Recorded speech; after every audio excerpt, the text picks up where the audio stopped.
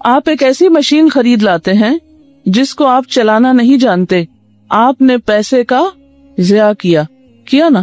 تو آپ بھی اگر عبادت کا معنی نہیں جانتے، اس کی حقیقت نہیں جانتے، تو آپ نے بھی اپنے آپ کو ضائع کیا، اپنی یہ عمر برباد کی. آپ کی ساری کوششیں، چاہے آپ آسمان سے تارے توڑ لائیں، بڑی بڑی ایجادات کر ڈالیں، بڑے بڑے انکشافات کر لیں، لیکن آپ کی ساری کوششیں کیا ہوئی، کیا رہی؟ ہاں واقعی رائے گاہ گئی. مثال کے طور پر یہ پینسل کس کام کے لیے ہے؟ لکھنے کے لیے. اگر آپ اسے جھاڑو دینے لگے تو اس کا صحیح استعمال ہے، لیکن آپ کا نہیں ہو سکتا ہے کیونکہ تنکے کی طرح آگے سے تو یہ کام بھی لے لیتے ہیں اس سے. جھاڑو تو دلے نہیں گئی اور یہ بھی ٹوٹ جائے گی. مثلاً آپ کو دیوار میں کیل ٹھوکنا ہے، آپ اٹھائیں اس گھڑی کو اور ٹھوکنے لگے، کیا ہوگا؟ یہ گھڑی اس کام کے لیے، اس سے یہ کام لینا کیا ہے پھر؟ بعض اوقات ہم اس طرح کام لیتے ہیں چیزوں سے، جو چیز جس کام کے لیے نہیں ہوتی اس سے وہ کام لے رہے ہوتے ہیں، ایسا کرتے ہیں. لیکن عام طور پر ہم کیا کرتے ہیں؟ پھر اس چیز کا نقصان کر دیتے ہیں. ہم بھی پیدا کیے تھے عبادت کے لیے، لیکن ہم معلوم نہیں کیا کر رہے ہیں. اپنے آپ سے پوچھئے، سوال لکھیے، کیا آپ اپنے وجود یا اپنی پیدائش یا اپنی تخلیق کا مقصد پورا کر رہے ہیں؟ مطمئن ہیں؟ اچھا یہ بتائیے کہ پیغمبروں کو اللہ نے کس لیے بھیجا تھا؟ سمپل الفاظ میں انسانوں کو ان کی زندگی کا مقصد بتانے کے لیے. پیغمبروں نے آ کے کیا کہا تھا؟ ہر پیغمبر نے آ کے ایک ہی سبق دیا، اور وہ کیا ہے؟ جی ہاں، اللہ کی عبادت کرو. پیغمبروں کے آنے کا یہ مقصد تھا نا. اللہ نے بندوں کو اپنی عبادت کے لیے پیدا کیا، پیغمبروں نے آ کر بندوں کو یہ سبق یاد کرایا، اسی کا احساس دلایا. اچھا یہ بتائیے کہ نبی صلی اللہ علیہ وسلم نے مکہ سے ہجرت کیوں کی تھی؟ ہجرت کا کیا معنی ہوتا ہے؟ گھر بار چھوڑ دینا. آپ نے اپنا گھر بار کیوں چھوڑا تھا؟ چلیے آپ تو اللہ کا پیغام پہنچانے کے لیے تھے، تو وہ جو باقی سارے گھر چھوڑ گئے تھے وہ کس لیے چھوڑے تھے؟ باقی سب نے گھر کیوں چھوڑا تھا؟ حضرت ابو بکر نے کیوں چھوڑا تھا؟ تقریباً 200 لوگ تھے جنہوں نے گھر چھوڑا تھا، مکہ چھوڑ دیا تھا. کیوں چھوڑا تھا؟ جی ہاں، تاکہ اللہ کی عبادت کر سکیں. تو اس سے یہ پتا چلتا ہے کہ اگر عبادت کے راستے میں کوئی چیز رکاوٹ بن رہی ہو تو کیا کرنا چاہیے؟ کیونکہ رکاوٹ آ گئی، اب کیا کریں، عبادت نہیں ہو سکتی. تو جس کام کے لیے گھر بار چھوڑنے کا حکم ہے وہ کام پھر کتنا اہم ہوگا یا نہیں؟ یہ جو آپ یہاں تشریف لاتے ہیں گھر بار چھوڑ کر، یہ کس مقصد کے لیے لاتے ہیں؟ تاکہ ہم سیکھ سکیں کہ ہم کس مقصد کے لیے دنیا میں آئے ہیں، عبادت کے طریقے کیا ہیں، عبادت کیسے کی جاتی ہے. یہ بھی اسی مشن کا ایک حصہ ہے. یہ بھی آپ کی ایکٹیویٹی دراصل کیا ہے؟ اسی مقصد کو پورا کرنے کے لیے ہے. کیا جانے بغیر کہ عبادت کیا ہے اور کیسے کی جاتی ہے عبادت کی جا سکتی ہے؟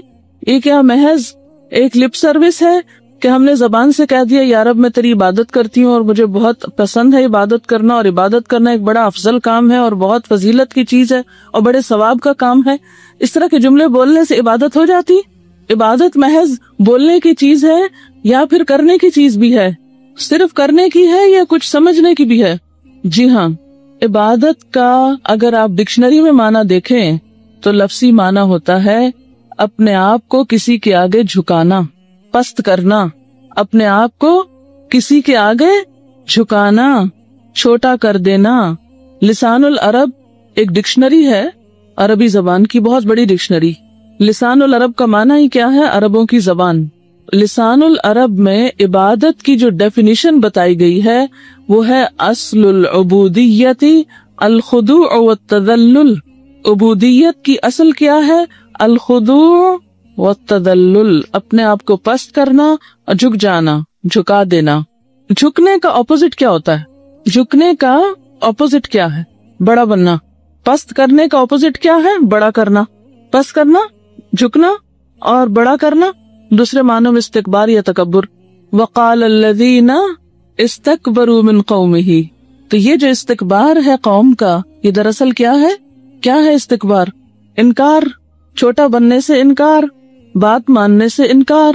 اچھا، لیکن ایک بات یاد رکھیے کہ عبادت میں صرف جھکنا اور پست ہونا ہی معنی نہیں، صرف یہ معنی بھی نہیں، یہ معنی بھی ہے لیکن اس کے علاوہ بھی اس میں معنی پایا جاتا ہے. یہ بہت اہم بات ہے، کیونکہ اگر انسان اس کو محض جھکنے کے معنوں میں لے لے، محض چھوٹا ہونے کے معنوں میں، محض عاجزی کرنے کے معنوں میں، تو اس سے بات نہیں بنتی. اس کے بارے میں حکم یہ ہے کہ جب عبادت کی نسبت اللہ کی طرف ہو، ایک ہے عبد کی نسبت بندے کی طرف، یعنی کسی انسان کا غلام ہونا، تو اس میں تو بس یہی دو معنی ہے کہ اس کے آگے عاجزی برتنا، اپنے آپ کو اس سے چھوٹا سمجھنا، کیونکہ جب تک کوئی اپنے آپ کو دوسرے سے چھوٹا نہیں سمجھتا وہ اس کا حکم مانتا ہے؟ نہیں مانتا۔ حکم مانا ہی کب جاتا ہے اور کہاں مانا جاتا ہے؟ جس کو انسان اپنے آپ سے بڑا سمجھتا ہے۔ مثلاً کسی بھی ادارے میں ایک پی این ہے فار ایگزامپل، اور ایک اس کا ہیڈ ہے، اب پی این ہیڈ کی بات مانے گا یا ہیڈ پی این کا حکم مانے گا؟ پی این مانے گا ہیڈ کی بات، نہ کہ ہیڈ مانے گا پی این کا حکم۔ کیوں؟ وائی؟ یہ ایک عام اصول ہے، یہ ٹھیک ہے یا نہیں ہے یہ الگ بات ہے، ایک عام رواج ہے زندگی۔ کس لیے؟ عام حالات میں بھی بچوں کو کیا کہا جاتا ہے کہ وہ کیا کریں؟ اپنے بڑوں کا کہا مانو، عام محاورہ ہے نا بڑوں کا کہا ماننے کا، ٹھیک ہے؟ تو جو اپنے آپ کو خود ہی بڑا سمجھے وہ کبھی دوسرے کی بات نہیں مانتے ہوتے۔ انکار اور نافرمانی میں اصل چیز تکبر ہی ہے اس کا سبب۔ تو بہرحال بات میں یہ کر رہی تھی کہ جب عبد کی نسبت کسی بندے کی طرف ہوتی ہے تو اس میں خضوع اور تذلل ہے، لیکن جب عبد کی نسبت اللہ تعالیٰ کی طرف ہو، یعنی عبادت اللہ کی، تو اس میں محبت کا مفہوم بھی شامل ہو جاتا ہے۔ شریعت میں عبادت کا معنی ایسی کیفیت جس میں انتہائی محبت کے ساتھ انتہائی خضوع اور خوف ہو۔ ابن کثیر نے یہ تعریف لکھی ہے۔ ابن کثیر کون ہے؟ مفسر قرآن ہے، قرآن کی تفسیر لکھی ہے انہوں نے، ٹھیک ہے؟ تو ابن کثیر کیا کہتے ہیں کہ عبادت اس کیفیت کا نام ہے جس میں انتہائی محبت کے ساتھ انتہائی خوف اور خضوع یعنی عاجزی پائی جاتی۔ ایک طرف انتہائی محبت ہے اور دوسری طرف انتہائی خوف ہے اور انتہائی عاجزی۔ اب ذرا فیل کریں اس کو، یہ کیسے ہوگا؟ دو کنٹراڈکشن، دو متضاد چیزیں دل کے اندر، ایک طرف انتہائی محبت اور ایک طرف انتہائی خوف، اور ان دو چیزوں کی وجہ سے انتہائی عاجزی۔ محبت انسان کو کیا بناتی؟ متکبر۔ ذرا سوچئے، جو کسی سے محبت کرتا ہے اس کا غلام بن جاتا ہے کہ نہیں؟ اس کی ہر بات ماننے لگتا ہے، ٹھیک ہے نا؟ اور جو کسی سے ڈرتا ہے وہ بھی کیا کرتا ہے؟ اس کی ہر بات ماننے لگتا ہے۔ تو اس سے پھر معنی اطاعت کا نکل آیا۔ عام طور پر جو معنی کیا جاتا ہے نا کہ عبادت کا معنی اطاعت ہے، تو یہ اسی معنی میں کی جاتی ہے، یہ اس کا ڈرائیوڈ میننگ ہے، ڈائریکٹ میننگ نہیں ہے، جس کو کہتے ہیں نا اس سے مراد یہ ہے۔ کیا سمجھ میں آیا؟ ابھی یہ جو میں بات کر رہی تھی نا کہ انتہائی محبت کے ساتھ انتہائی خوف، دو متضاد کیفیات، یہ بالکل بیلنس کر دیتی ہیں اس احساس کو۔ اور اگر یہ دو طرف نہ ہو، صرف یک طرفہ بات ہو، تو وہ بات درست ہی نہیں رہتی۔ مثلاً اگر آپ کہیں کہ عبادت میں صرف انتہائی محبت ہے اور خوف نام کی چیز کوئی نہیں، تو کیا ہوگا؟ اعتدال ختم ہو جائے گا۔ اور اگر کہیں انتہائی خوف ہے اور محبت نام کی چیز نہیں، اور اگر ایک زیادہ اور دوسرا کم ہے تو بھی بات نہیں بنے گی۔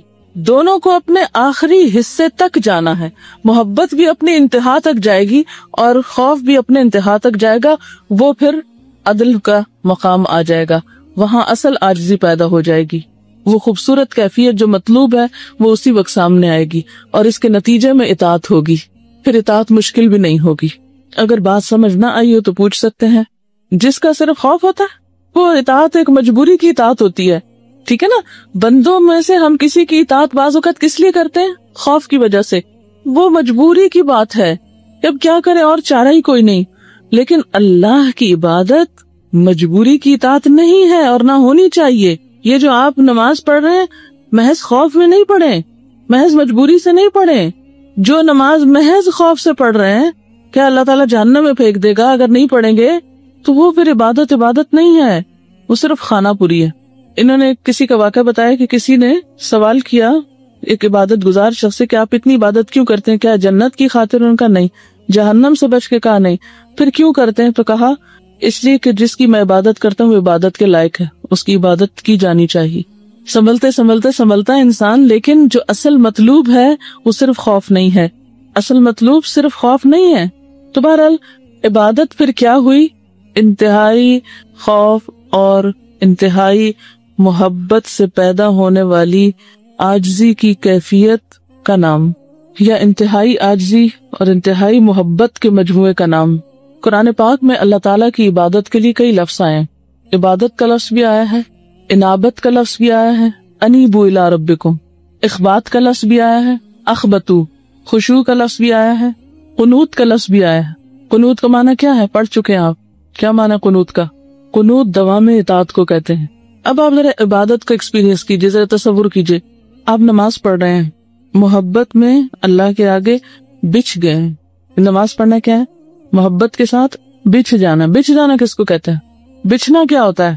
آپ سجدے کی کیفیت کو آپ ذرا تصور میں لائیں، یہی بچھنا ہے، اللہ کے آگے محبت میں بچھ جانا. اور یہاں عاجزی کا بھی اظہار ہو رہا ہے، یعنی بچھ بھی رہے ہیں اور عاجزی کا اظہار بھی ہو رہا ہے. اور پھر دل میں اگر خوف بھی آتا ہے تو اس میں یہ نہیں کہ اللہ تعالیٰ کو نعوذ باللہ ظالم و جابر ہستی ہیں جس کے آگے آپ ڈر کے مارے بچھ گئے، یہ نہیں ہے. اس کے ساتھ ہی احساس کیا ہے کہ وہ بہت مہربان، الرحمن اور الرحیم ہے. سجدے کی لذت کو پانے کی کوشش کریں، اور یہ ہو نہیں سکتی جب تک آپ ذرا لمبا سجدہ نہ کریں، اور یہ ہو نہیں سکتی جب تک آپ اپنی کوتاہیوں کو یاد نہ کریں، اور یہ لذت مل نہیں سکتی جب تک اندر احساس ندامت نہ ہو، اپنی پستی کا جب تک خیال نہ ہو. نماز کا لطف نہیں آ سکتا. بہت سے لوگ کہتے ہیں نا نماز کا مزہ نہیں آتا، نماز بس ہم پڑھ لیتے ہیں، ایسے ہی پڑھ لیتے ہیں. اس لیے کہ نماز تو اظہار ہے. نماز کیا ہے؟ اظہار محبت ہے. تو جب محبت ہی نہیں تو اظہار، تو پھر روح کا پھیکا ہی ہوگا نا. پھر سجدے کی لذت کہاں سے آئے گی؟ میں مانتی ہوں کہ انسان پہ ہر وقت ایک جیسی کیفیت نہیں ہوتی، ہر سجدہ اتنا تڑپا کے نہیں رکھتا انسان کو، لیکن دن میں ایک دفعہ کم از کم کسی ایک نماز میں، کسی ایک موقع پر سر ایسے رکھے کہ اٹھانے کو دل نہ چاہے. اس کے لیے بھی سوچنا پڑے گا نا، کوشش کرنی پڑے گی. کر کے تو دیکھیں. اور جتنا احساس ندامت ہوگا، میں کبھی سوچتی ہوں کہ ایک وہ دور تھا نا کہ جب انسان کو پتا نہیں تھا کہ زمین کے علاوہ بھی کچھ ہے، سورج چاند ستارے اور بس یہ زمین، بس اتنا ہی پتا تھا نا. اور انسان کا سورج کے بارے میں زیادہ سے زیادہ کانسیپٹ کیا تھا؟ کتنا بڑا ہوگا، کتنا بڑا ہوگا. اور اس کو یہ بھی کچھ صحیح اندازہ نہیں تھا کہ سورج اور زمین کا فاصلہ کتنا ہے. تو اس کے دل میں اللہ کی عظمت بھی بس اتنی ہی ہوگی کہ ہاں ٹھیک ہے وہ روشن سورج ہے اور ہم یہ زمین سیدھی سیدھی بچھی ہوئی ہے اور ہم اس پہ چل پھر رہے ہیں.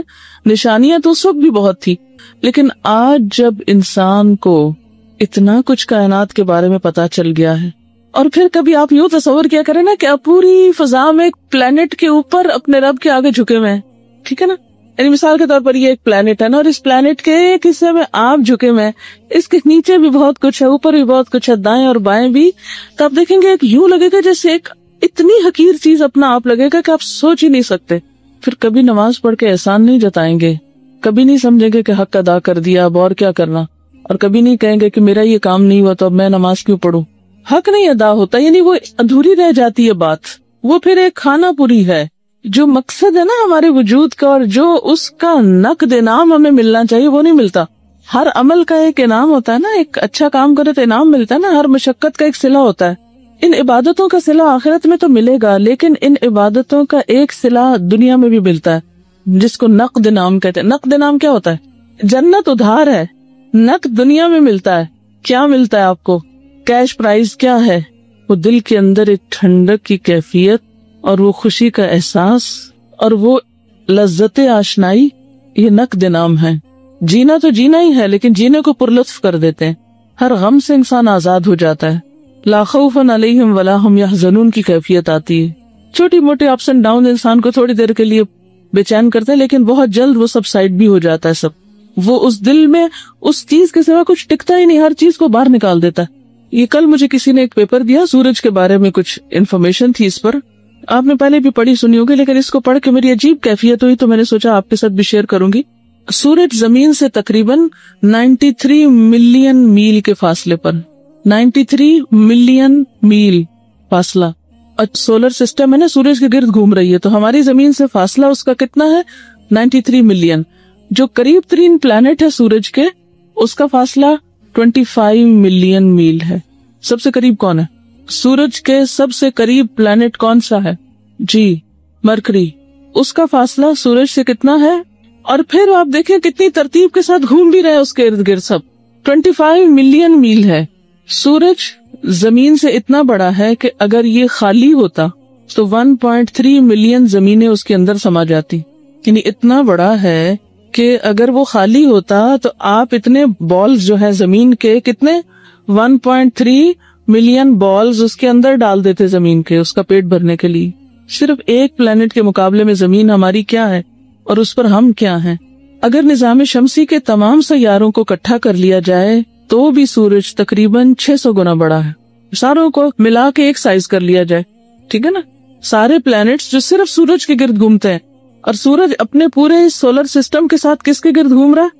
اپنی گیلیکسی میں اس نیوکلس کے گرد گھوم رہا ہے, اور پھر یہ پوری گیلیکسی پھر الگ گھوم رہی ہے, اور ان گیلیکسیز کی تعداد بھی انگنت ہے. تو اگر سارے پلانٹس کو اکٹھا کر کے ایک پلانٹ بنایا جائے تو بھی سورج اس سے 600 گنا بڑا ہے. صرف زمین کی تو بات ہی چھوڑیں, سورج کی روشنی اور حرارت اس کے اندر گہرائی سے خارج ہوتی ہے. اتنی بڑی چیز مسلسل جل رہی ہے, ذرا یہ سوچیں, اتنی بڑی بھٹی, یہ جو ہمیں نظر نہیں آتا نا, سورج نظر نہیں آتا کچھ دیر کے لیے, ہمیں نظر نہیں آتا, ہم آرام کرتے ہیں, ہم سو جاتے ہیں, وہ نہیں سوتا, وہ پھر بھی جلتا رہتا ہے. سورج کی روشنی اور حرارت اس کے اندر کی گہرائی سے نکلتی ہے, یعنی سیلف موٹیویٹڈ ہے. سورج میں جلنے کا عمل زمین پہ جلتی ہوئی آگ سے مختلف ہے. سورج کو آپ ایک بہت بڑا ہائیڈروجن بم کہہ سکتے ہیں. اگر یہ صرف ایک جلتی ہوئی آگ ہوتا تو بجھ چکا ہوتا. سورج کبھی آرام نہیں کرتا. کبھی کبھی اس کی سطح پہ بڑے بڑے طوفان بھی اٹھتے ہیں جو دیکھنے میں گہرے دھبے نظر آتے ہیں. ہائیڈروجن سورج کا ایندھن ہے. ہائیڈروجن کیا ہے؟ سورج کا فیول ہے, ایندھن ہے جس سے وہ جلتا ہے. سورج 1 سیکنڈ میں 4 ملین ٹن ہائیڈروجن استعمال کرتا ہے. آپ کا یہ بلب 100 واٹ کا, وہ اپنا 200 واٹ کا, 500 واٹ کا, تو سورج کتنے واٹ کا ہے؟ 1 سیکنڈ میں اس کو کتنی انرجی چاہیے, کتنی ہائیڈروجن چاہیے؟ 4 million ton. 4 million ton 1 second کے لیے چاہیے اس کو. لیکن اس کے باوجود بھی سورج کی چمک کے لیے 5 ملین سال کا ذخیرہ آلریڈی موجود ہے. یعنی اگر 5 ملین ایئر سورج کو جلنا پڑے, چمکنا پڑے, تو چمک سکتا ہے, جبکہ 1 سیکنڈ میں وہ 4 ملین ٹن ہائیڈروجن استعمال کرتا ہے. یہ سب کہاں ہے, کون بنا رہا ہے, کون کر رہا ہے؟ اور اس نے یہ سب کچھ ہمارے لیے بنایا ہے. ہم فائدہ اٹھا رہے ہیں ان سب چیزوں سے, اور ہم سے کیا کہا ہے؟ سب کچھ لے لو, میرے بن جاؤ. اور ہم سے ایک یہ کام نہیں ہوتا کہ اس کے بن جائیں. پھر 1 گھنٹے میں سورج کے اندر سے جو انرجی نکلتی ہے وہ امریکہ جیسے ملک کے لیے اگلے 1 ملین سالوں کے لیے کافی. یعنی سورج سے نکلنے والی انرجی امریکہ کی 1 ملین سال کی ضروریات کو پورا کر سکتی, صرف 1 گھنٹے میں جو انرجی دیتا ہے. اللہ کا رزق تو کم نہیں ہوتا, اس کا دینا کم نہیں ہوتا, اس کے خزانے وَإِن مِّن شَيْءٍ إِلَّا عِندَنَا خَزَائِنُهُ وَمَا نُنَزِّلُهُ إِلَّا بِقَدَرٍ مَّعْلُومٍ. اب آپ خود سوچیں, آپ کائنات میں ہیں کیا, آپ کا پتہ کیا ہے کائنات میں؟ پوری یونیورس کو لے, یونیورس کی تو ہم نے بات ہی نہیں کی, ہم نے تو صرف ایک سولر سسٹم کی بات کی.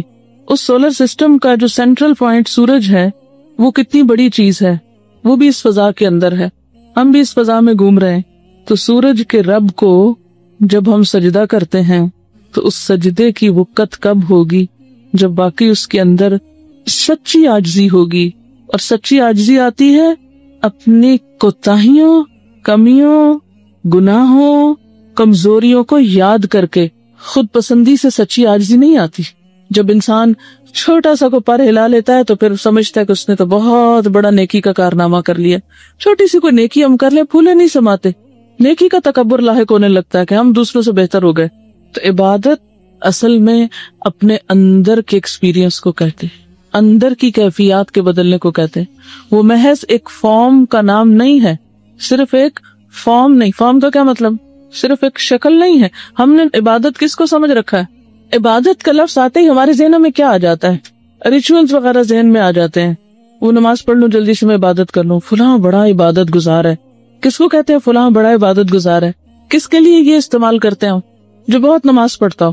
بس اپنے بارے میں سوچئے, کیا میں عبادت گزار ہوں؟ اگر ہوں تو پھر اندر کی کیفیت کیا ہے, کہاں کھڑی ہے؟ جب اس کی عظمت کو پایا ہی نہیں, اپنی کمزوری کا احساس ہی نہیں, پھر عبادت کاہے کی عبادت؟ اپنے آپ سے پوچھئے اور بالکل سچ بولیے کہ اپنی کمی, اپنی کمزوری, اپنی کوتاہی, اپنے چھوٹا ہونے کا احساس, پست کرنا, کیونکہ عبادت کی تو اصل معنی ہی پست کرنا ہے نا. اپنی پستی کا کتنا احساس ہے؟ اگر احساس ہو تو اپنے آپ کو جنت کا حقدار نہ سمجھے, کبھی مستحق نہ سمجھے. مستحق سمجھتے ہیں تو کام نہیں کرتے نا, ہم کہتے ہیں ہم تو ڈیزرو کرتے ہیں, ہم نے تو جانا ہی وہاں ہے, اس لیے کچھ کرنے کی ضرورت ہی کیا ہے. ایسا انسان کبھی پھر بے فکر ہو سکتا ہے؟ کبھی نہیں ہو سکتا. ایسا انسان دوسروں پہ دھوس جما سکتا ہے؟ نہیں.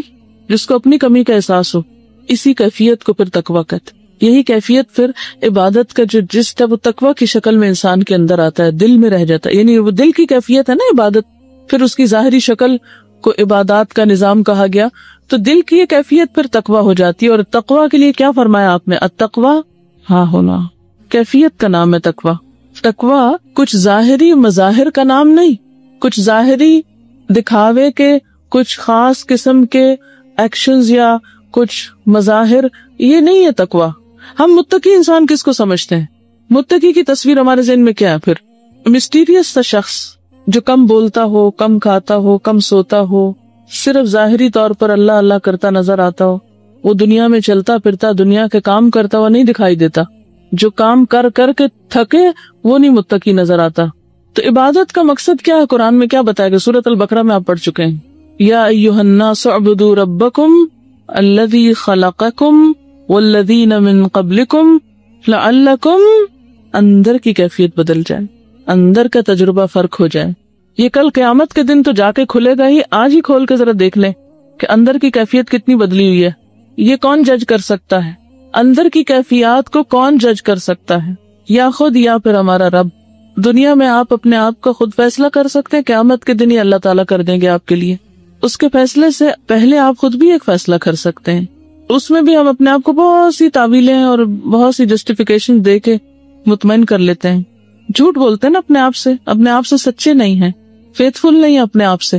یہ بھی اسی وقت ہوگا جب اللہ کی عظمت سامنے آئے گی، پھر خود کو چھوٹا کر سکیں گے، پھر اپنے کو کٹ ٹو سائز کریں گے.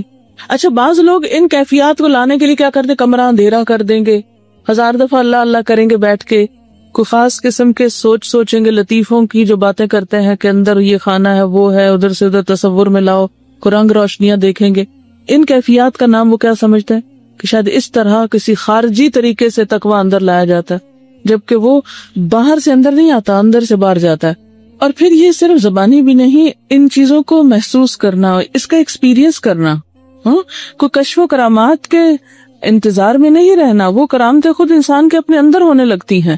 اور یہاں تک کہ ان تعبد اللہ کأنک تراہ، یہ کیفیت انسان کو پھر نصیب ہوتی ہے کہ اللہ کی عبادت ایسے کرو گویا کہ تم اس کو دیکھ رہے ہیں.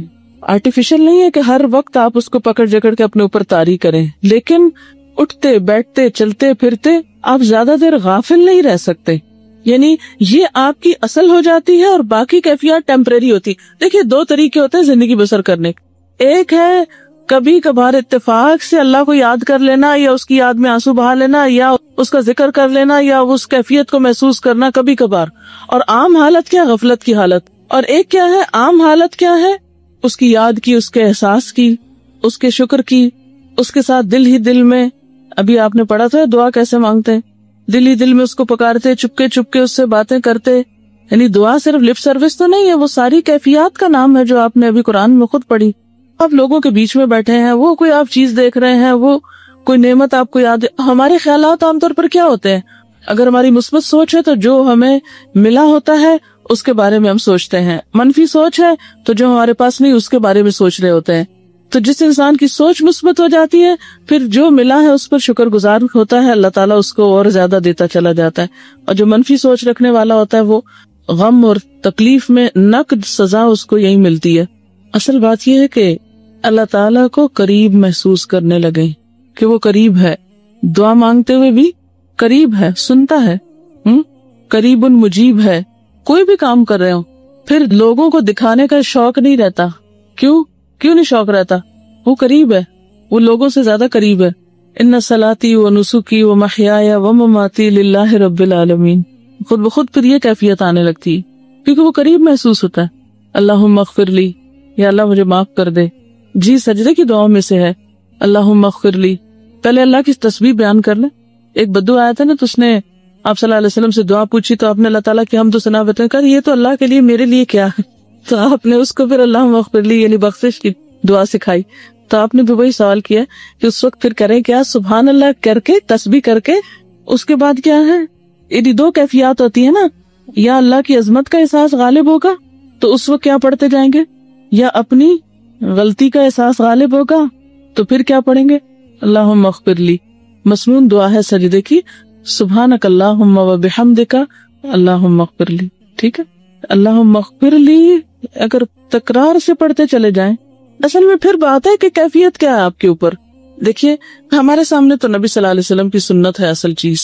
آپ نے کبھی ایسی نماز نہیں پڑھائی کہ پیچھے والوں کے لیے مشکل ہو جائے. آپ اپنی تنہائی کی نماز ضرور ایسے پڑھتے تھے کہ ساری رات ایک ہی آیت پڑھتے رہے، لیکن لوگوں کو اس مشکل میں نہیں ڈالا. یہ جو ہماری کیفیات ہیں یہ تنہائی کی ہونی چاہیے. اس کا یہ مطلب نہیں کہ ہر دم آپ یہ کریں گے، اس کا مطلب ہے کہ ان چیزوں کو آپ ایکسپیرینس کریں. ٹھیک ہے نا، یہ جب ہوگا جب اپنی غلطی مانیں گے. ہم ذرا سوچیے آج صبح سے میں نے اب تک کیا غلطی کی، سوچیے. کوئی یاد کریں، دیکھیں ہمیں یاد کرنے کو نہیں ملے گی کوئی. ہم اتنے نیک ہیں، یاد کر کے لکھیں ذرا کوئی کیا کیا. کوئی یاد آئی؟ نہیں آ رہی نا. دیکھیں نماز تو اصل میں ہے بھی اس لیے کہ ایک نماز کے بعد دوسری نماز کے بیچ میں جو غلطی ہو جائے اس کو ماننے کے لیے جانا، کنفیشن کے لیے جانا. یہ میں کر آیا ہوں، اللہ تعالیٰ اب بتائیں کیا کروں. تو جب تک احساس ندامت نہیں ہوگا عبادت کی لذت نہیں آئے گی. اصل میں یہ اعلیٰ کیفیات کا نام ہے، اور انسان ہر وقت اعلیٰ کیفیات میں نہیں ہوتا، لیکن زندگی اس طرح نہ گزر جائے کہ کبھی یہ کیفیت آئی نہ اور اس کے بغیر ہی مر جائے. یہ نہیں ہونا چاہیے. یہ کہتی ہے کہ جب متقی کا لفظ آتا ہے میرے مائنڈ میں تو میرے سامنے ایک بہت ریجڈ شخص کی تصویر آتی ہے جو کسی چیز پہ کمپرومائز نہ کرے. دیکھیے ایک عاجز انسان کی کیوں نہیں آتی؟ آنی تو یہی چاہیے نا، انتہائی جھکا ہوا، انتہائی ٹوٹا ہوا. میں ایک روز سوچ رہی تھی کہ انسان کی قوت اور انسان کا فائدہ اس کے ٹوٹنے میں ہے. جیسے ذرہ ٹوٹتا ہے تو کیا بنتا ہے، کیا بن جاتا ہے؟ ذرے کو جب پھاڑا گیا تو کیا نکلا اس سے؟ ایٹم. ہومیوپیتھک دوا کا فارمولا معلوم ہے آپ کو؟ اس کی ہائی پوٹینسی کیسے بنتی ہے؟ اس کو ڈائلیوٹ کرتے چلے جاتے. ہوتا یہ ہے کہ مثلاً ایک قطرہ دوا اور 99 قطرے الکوہل کا وہ ہوتا ہے ڈائلیوشن اس کو بولتے ہیں، اس میں اس کو 99 دفعہ اس کو جھٹکا دیتے ہیں. اب وہ ایک پوٹینسی بنی. اب کیا کرتے ہیں، اس بوٹل میں سے ایک قطرہ لیتے ہیں اور پھر 99 قطرے الکوہل کے، پھر اس کو جھٹکا دیتے ہیں، پھر اس میں سے ایک پوٹینسی اور بن گئی. پھر اس میں سے ایک قطرہ لیتے ہیں اور پھر جھٹکے دے کے پھر یعنی کہ 3 دفعہ اگر آپ وہ بدل کے آپ کریں گے تو کیا ہوگا؟ 3 نمبر کی دوا بنے گی. 200 دفعہ کریں گے تو 200 نمبر کی بنے گی. 1000 دفعہ ڈائلیوٹ کریں گے اس کو تو 1000 اور اسی طرح لاکھ تک جاتا ہے. جتنا زیادہ اس کا وہ چھوٹا ہوتا جاتا ہے نا اس کی اصل کوانٹٹی، اتنی ہی اس کی پوٹینشیل طاقت بڑھ جاتی، اتنا ہی افیکٹو ہو جاتا ہے. 10 ٹائم دیتے ہوں گے، 10 ٹائم اس کو ہلاتے ہیں، پھر وہ ساری بوتل میں سے ایک قطرہ لے کے پھر اگلی میں سے پھر اسی طرح. اب آپ خود سوچیں کہ جب وہ 1000 یا لاکھویں دفعہ یہ پہنچے گا تو اس میں سے اصل کیا رہ گیا ہوگا؟ اس کی شخصیت کہاں گئی؟ نہ رنگ رہا نہ ذائقہ رہا. مٹا دے اپنی ہستی کو اگر تو مرتبہ چاہے. تو یہ ہستی مٹانی ہے کہاں جا کر؟ اللہ کے سامنے. یہی خضوع اور تذلل ہے، یہی عبادت ہے. لیکن کہتے ہیں نا ان الصلاۃ تنہی عن الفحشاء والمنکر، سمپل سا فارمولا ہے. نماز انسان کو روکتی ہے کس سے؟ فحاشی سے، برائی سے. کب روکتی ہے؟ جب انسان کیا کرتا ہے؟ احساس ندامت، اپنی غلطی کا اعتراف کرتا ہے. جو غلطی مانتا نہیں وہ عبادت کا حق ادا کرتا ہی نہیں. جو خود کو چھوٹا سمجھتا نہیں اس کے اندر ابدیت کی کیفیت آتی ہی نہیں، وہ اس لطف کو پا سکتا ہی نہیں. جب ہم سے غلطی ہوتی تو ہم کیا کرتے ہیں؟ اس کا موجب، اس کا ذمہ دار کس کو سمجھتے ہیں؟ اپنے کو تو کہیں بھی نہیں رکھتے وہاں. یہ ہو سکتا ہے کہ کسی کا شیئر اس غلطی میں 90 ہو اور کسی کا 10% ہو، 90% 10%. یعنی ضروری کہتے ہیں نا تالی 2 ہاتھ سے بجتی ہے، تو ایک تو یوں بجتی ہے نا اور ایک یوں بجتی ہے. تو اب جب یوں بجتی ہے تالی تو پھر اس ہاتھ کا شیئر زیادہ ہوتا ہے اور اس کا کم ہوتا ہے. مگر یہ ہوگا کہ کسی کی زیادہ اور کسی کی کم ہو سکتا ہے، آپ کی بہت کم ہو اور دوسرے کی زیادہ ہو، لیکن ٹوٹلی دوسرے پر ڈال دینا یہی اصل خطا ہے. تو میں نے آپ سے پوچھا تھا کہ آپ نے کوئی غلطی لکھی ہے اپنی؟ نہیں نا یاد آتی غلطیاں. سچ بولے نا، نہیں آتی. یا تو پھر حافظہ کمزور ہے. واقعی یہاں تک آ کے غلطی نہیں ہوئی، کسی کو پوچھ نہیں کیا، کسی کو تکلیف نہیں دی. یہی تو اصل بات ہے. کوئی بتائے کیا غلطی ہوئی؟ آپ بے فائدہ بات کی اور تنگ کیا دوسرے. کہتے جوتا اپنی جگہ نہیں رکھا.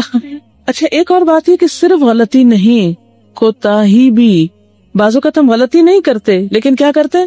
کوتاہی. کوتاہی کا کیا مطلب کرتے ہیں؟ کوتاہی کا مطلب کیا ہوتا ہے؟ کسی کو اس کا حق پورا نہ دینا. مثلا ہم نے نماز پڑھی ہے صبح، لیکن کوتاہی کیا کی؟ یاد کریں. سبق سنایا ہے، کوتاہی کیا کی؟ سنتے وقت اٹینٹو پورے نہ رہے مثلاً. تو ہم تو اگر غلطیوں سے نہیں تو کوتاہیوں سے تو بھرے ہوئے ہیں.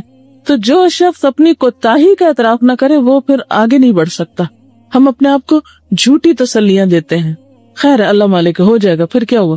کچھ جملے ہم نے رٹ رکھے ہیں, وہی موقع بے موقع سمجھے نہ سمجھے دہراتے رہتے ہیں. ڈاکٹر فرحت ہاشمی صاحبہ کے مستند بیانات سننے کے لیے ہمارے چینل قرآنک پلس کو سبسکرائب کریں. یہاں قرآن و حدیث کی روشنی میں حقیقی رہنمائی اور روحانی ترقی کے خزانے ملیں گے. ابھی جڑیں اور دین کو گہرائی سے سمجھیں.